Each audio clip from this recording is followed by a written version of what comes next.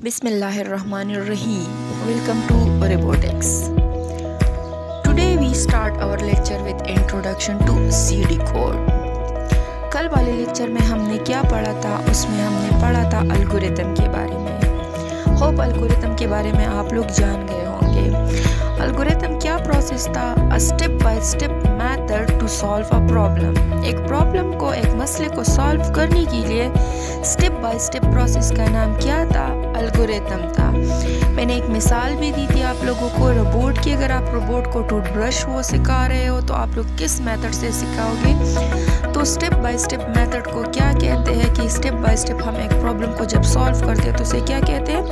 Algorithm कहते हैं। Algorithm के बाद अब हम आते हैं सीडी कोड की तरफ कि सीडी कोड क्या है। सीडी कोड असल में एक प्रोग्राम है जो हम अपने अल्फाज में लिखते हैं। सीडी कोड क्या है? वो प्रोग्राम है जो हम अपने अल्फाज में लिखते हैं। सीडी कोड हमारे प्रोग्राम को इजी बनाता है। ये एक मशीन रीडेबल प्रोग्राम नहीं होगा कि हम कंप्यूटर को वो दे, हम सीडी कोड वो लिख ले और फिर कंप्यूटर को दे और वो हमें आउटपुट दे दे। नहीं, सीडी कोड वो प्रोग्राम है जो हम अपने लिए ऐसे ही लिख लेते अपनी आसानी के लिए, ताकि हम जो प्रोग्राम वो कर रहे वो इजी बन जाए हमारे लिए। इसके लिए मैं आप लोग को एक मिसाल देती चलूँ। फॉर एग्जांपल, अपने फ्रेंड के साथ किसी पार्क में जाना है तो आप पहले से आपके माइंड में क्या होगा? आप अपने लिए एक प्लान बनाओगे कि मैं पार्क में जाऊंगा तो सबसे पहले मैंने क्या लेना है वहाँ पे मैंने आइसक्रीम लेना है। आइसक्रीम लेने के बाद मैंने झूले में बैठना है। झूले में बैठने के बाद मैंने अपने फ्रेंड के साथ क्रिकेट खेलना है। क्रिकेट जब मैं खेलूँगा तो उसके बाद मैंने क्या करना है? फिर मैंने टॉयज़ शॉप पे जाने, अपने लिए टॉयज़ वो ले लेनी है। तो ये पूरा प्रोग्राम जो आप लोगों ने अभी डिज़ाइन किया अपने लिए कि मैंने ऐसा करना है, इसके बाद इस तरह करना है, फिर उस तरह करना है, ये सब कुछ जो आप लोगों ने प्लान किया है, इसको असल में क्या कहते हैं? इस पूरे प्रोग्राम को इसको सीडी कोड कहते हैं। या फॉर एग्ज़ाम्पल, अपने दो नंबर को सब्ट्रैक्ट करना है। मैथ्स में तो आप लोगों ने पढ़ा होगा कि सब्ट्रैक्शन किस तरह करते हैं। तो आप लोग सब्ट्रैक्शन के लिए फ़र्स्ट ऑफ ऑल क्या लेते हो? 2 नंबर्स लेते हो। जब 2 नंबर्स आप लोग ले लेते हो तो उस पर आप लोग क्या अप्लाई करते हो? Subtraction command. सब्ट्रैक्शन आप उस पर अप्लाई कर लेते हो। एनी 2 नंबर्स आप लोग ले सकते हो, उस पर क्या अप्लाई कर रहे हो आप? सब्ट्रैक्शन कमांड अप्लाई कर रहे हो। फिर आपको लोगों का थर्ड स्टेप क्या होगा कि आप लोग उसको क्या करते हो? सब्ट्रैक्ट कर लेते हो। सब्ट्रैक्शन के बाद आप लोगों को क्या मिल जाता है? रिज़ल्ट मिल जाता है। रिज़ल्ट के बाद आप लोग क्या करते हो? उसको स्टॉप कर लेते हो। तो सीडी कोड असल में यही प्रोग्राम ही है जो हमने अपनी लैंग्वेज में राइट किया है कि हम फर्स्ट क्या ले रहे हैं? हम स्टार्ट ले रहे हैं, फिर 2 नंबर्स हम ले रहे हैं, 2 नंबर्स को हम सब्ट्रैक्ट कर रहे हैं। सब्ट्रैक्शन के बाद हमें रिज़ल्ट मिल रहा है, रिज़ल्ट के बाद हम क्या करते हैं? उसको स्टॉप कर लेते हैं। तो ये क्या है? यही सीडी कोड है। अब आते हैं हम फ्लो चार्ट की तरफ कि फ्लो चार्ट असल में क्या होता है। सीडी कोड क्या था कि हम प्रोग्राम को अपनी लैंग्वेज में वो लिख रहे थे प्रोग्राम की आसानी के लिए। ये मशीन रीडेबल प्रोग्राम नहीं था। अब फ्लो चार्ट क्या है? फ्लो चार्ट असल में graphical representation of a process है। क्या है कि एक प्रोसेस को हम क्या रिप्रेजेंट करते हैं? ग्राफिकली रिप्रेजेंट करते हैं। इमेज से जो हम रिप्रेजेंट करते हैं उसे क्या कहते हैं? फ्लो चार्ट कहते हैं।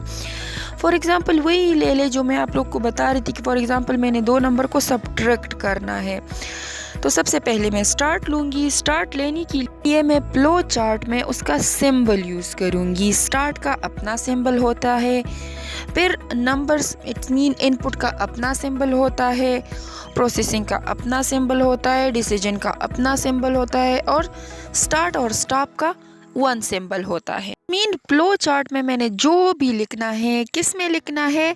With in symbol. सिंबल के अंदर मैंने लिखना है। जो सिंबल जिस चीज़ के लिए रिक्वायर्ड है मैंने वही लगा लेने हैं और उसके अंदर मैंने वो फुल प्रोसेस लिख लेना है। चार्ट की जो सिंबल होते हैं वो एक दूसरे के साथ क्या होते हैं? लिंक होते हैं।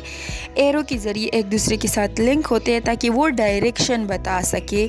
Direction mean for example start ले रहे हैं तो स्टार्ट के बाद उसने क्या करना है? इनपुट ले लेना है। इनपुट्स मीन 2 नंबर को जब वो ऐड कर रहे हैं तो उसने क्या लेना है? स्टार्ट के बाद 2 नंबर्स ले लेने हैं।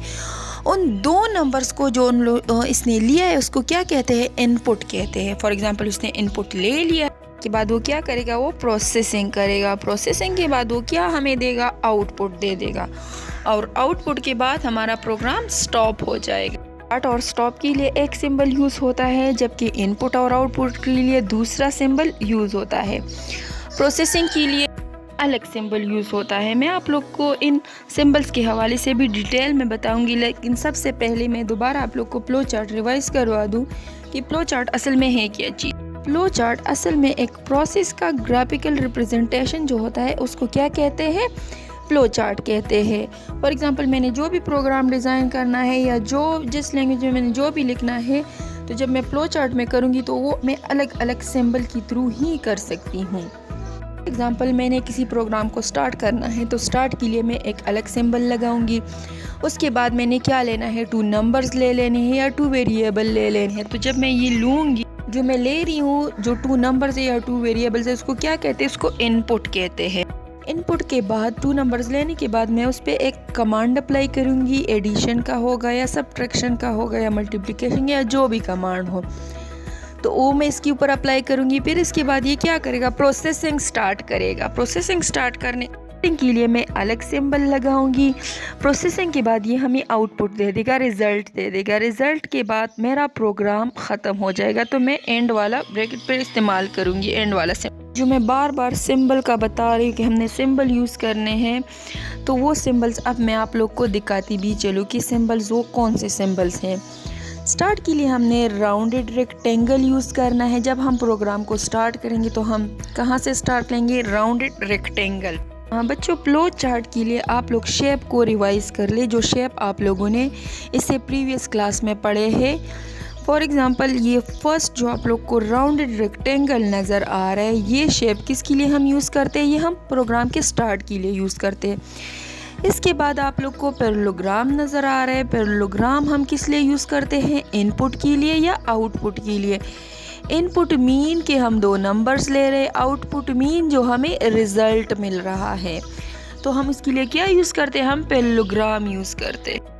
फिर आप लोगों को ये रेक्टेंगल जो नज़र आ रहा है, रेक्टेंगल हम किस लिए यूज़ करते हैं, जब उस पर प्रोसेसिंग अप्लाई हो, जो एडिशन वो कर रहा है या सब्ट्रैक्शन जो कर रहा है, वो 2 नंबर या तो ऐड हो रहे हैं या सब्ट्रैक्ट हो रहे हैं, उसको मैंने किस में लिखना है, इसी रेक्टेंगल में ही लिखना है। ये रेक्टेंगल किस को रिप्रेजेंट कर रहा है, उसी प्रोसेसिंग को वो रिप्रेजेंट कर रहा है। इसके बाद नीचे आप लोग को डायमंड नज़र आ रहा है। डायमंड शेप हम डिसीजन के लिए यूज़ करते हैं कि आया ये सही है या गलत है। डायमंड किस लिए यूज़ करते हैं, डिसीजन के लिए कि ये सही है या सही नहीं है, डिसीजन इसने कौन सा ले लेना है। अब प्रोग्राम को स्टार्ट करने के लिए आप कौन सा वो सिंबल लगाओगे, कौन सा शेप आप यूज़ करोगे, राउंडेड रेक्टेंगल आप यूज़ करोगे। उसके बाद आप लोग का प्रोग्राम जब स्टार्ट हो जाए, तो जब आपने प्रोग्राम को स्टॉप करना है तो स्टॉप के लिए आप लोग यही राउंडेड रेक्टेंगल वाला शेप ही यूज़ करोगे। उसके बाद आपने क्या करना है, 2 नंबर्स ले लेने हैं, तो इनपुट आप लोगों ने पैरेललोग्राम में लिखना है, आउटपुट जो आप लोग को रिज़ल्ट मिल रहा है वो भी इसी पैरेललोग्राम में ही लिखना है आप लोगों ने। उसके बाद आप लोगों ने अगर कोई कमांड इस पे अप्लाई करना है, एडिशन, सब्ट्रैक्शन, मल्टीप्लिकेशन या जो भी हो, वो किस में लिखना है, अपने रेक्टेंगल में लिखना है।